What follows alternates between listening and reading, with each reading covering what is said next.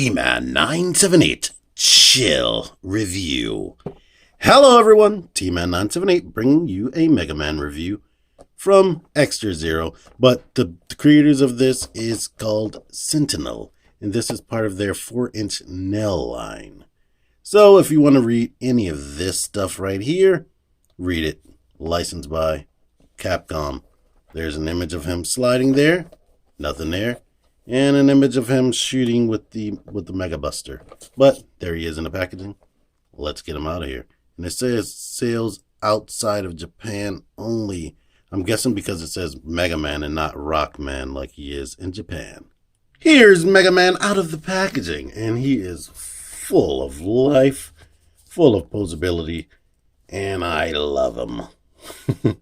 Well, I mostly love him. He does have a few flaws that I could get around with if it was my toy, and you'll see that later. But they captured the likeness of Mega Man perfectly. The only thing they had to mess up on is all the panel lines because of the articulation. To get him the good articulation that you would want in an action figure, they had to put all these different panels there, of course. Because, of course, you know he's seamless. It just looks like he's wearing a light blue shirt. But it's Mega Man. You got his basic look. So I might as well just jump straight into articulation because there is not much as far as the way he looks. It's just him. The dark blue with the light blue and the anime face and the iconic helmet. But these feet are awesome. It's like double ball joints. So his foot can kick that high up. You could adjust it to be back here and kick up, or stretch it out and kick up. It can go back like that much before bumping. He has all types of ankle pivot. Like the ankle pivot, you could pose his feet however you want, which is freaking awesome. The knees, double jointed. They can go all the way back, but they shift on this separate joint right here. I like the way that is. It's like they hinge out. Now this one isn't hinging out so much as this one, but they definitely did what they could to give you awesome articulation. The legs can spread out all the way. There's a rotation right here. He can kick really high. And the joint right here, there's a ball jointed abdomen joint right here that can be shifted to accommodate those kicks. You can kick back that much. So I tried to show off the rock down here. It's hard to show off. And he has a super diaphragm right here, like super. I wish every figure had a diaphragm like that. So yeah, he can get into some good poses right there. Here's a butterfly joint. It's not much of a butterfly joint, and this one doesn't work too much at all. In fact, this shoulder right here has mold flash still on it, so that shows you that they didn't completely polish this guy up. Of course, he has universal joint at the shoulder for going back and out and whatnot. Bicep swivel. Universal joint at the elbow that gets a little bit more than 90 degrees, and a peg with a ball on it for the fist. And look how they did the fist. They wanted to keep it just like the video game and anime looks, so they molded it to be right up there in the grooves of his palm, which is cool. The neck, because of the way he is molded, the neck is a bit of an issue. I mean, he can look up, and they have a molded flap right there to help him look all the way completely up. And he can look really far down. He can look completely down. But when you start turning his head, it's bent forward because he's hunched. I mean, you could try your damnedest to fight with it, but it seems to want to keep going down.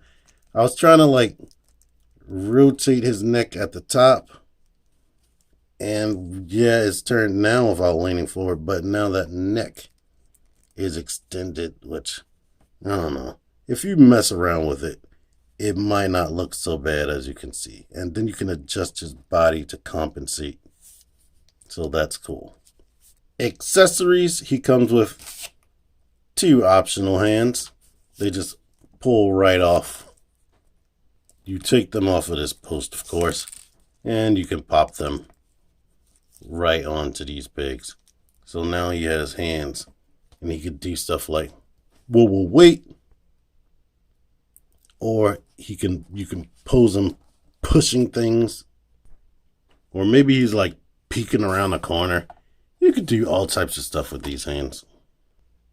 And of course he comes with his Mega Buster. They put this in here. I do not know why. But the whole arm detaches right here. And this little plastic piece right there is very thin and scary. Plug that in. And now he has his Mega Buster. If you hear any fireworks, it's 4th of July right now. This can be rotated depending on the arm. Right now it's where I want it to be. And with this hand, he can go ahead and be posed doing stuff like this right here. And of course, because this is all adjustable and whatnot, you can rotate it this way if you want them holding it like that, which is also cool. But like I said, this can rotate for the other arm, which is awesome. Unfortunately, they didn't give him a blast effect. So that would have taken him to the next level if he had some type of blast effect. I don't know if they have like a deluxe version that has some stuff like that, but they didn't do that here. This sort of seems like a deluxe to me. I mean, because he comes with everything you need, and he does come with a stand that I'm going to show you later. The face. It pulls forward and slides off. That's what you're working with right here. Basically, you want to take the new face, slide it up in there. There's some pegs at the top or grooves at the top. Groove it in, and then you push it in so it'll stay. So now here is his fighting face, and it looks weird, or it might look weird to you, and you don't know why it looks weird, but I'm gonna show you why it looks weird. Now hold on. With this face, his eyes are pretty high up to the helmet. But with this angry face, they're a little bit lower down, and he's kind of missing something. And since I can't do it to this figure myself, I had to take a picture and change it on the picture and not the actual toy. But here you go right here. This is the problem. He does not have eyebrows. If he had eyebrows to look angry, he would look more serious. But right now, as you can see, it just looks like something's wrong. Something's a little bit off. So you can see he's capable of getting into his sliding position, or maybe he's just on the ground shooting because he got knocked off his feet. Also, in the packaging, he does come with this stand. It doesn't peg down into any little holes right here.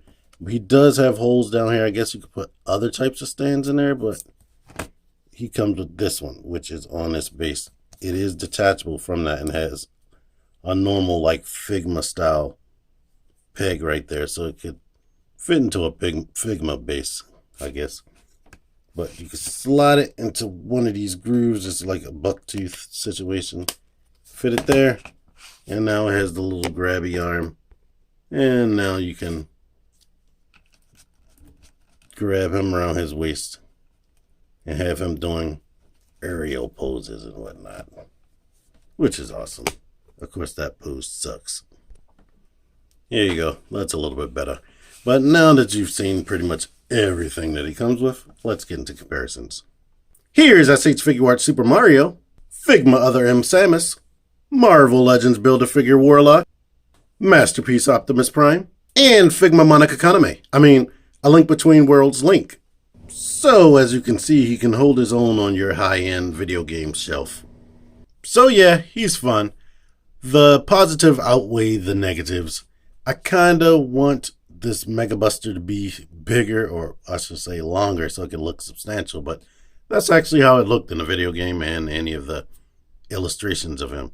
So I can't complain about that. But the main problem I have is his neck, but you just have to change the posing capabilities to compensate for that. But it's an awesome figure and I can recommend it. If you can recommend this video, make sure you don't leave without clicking the like button. Make sure you don't leave without subscribing. Subscribe now. Click the notification bell. Share, comment. T-Man978 out of here. Thank you for watching.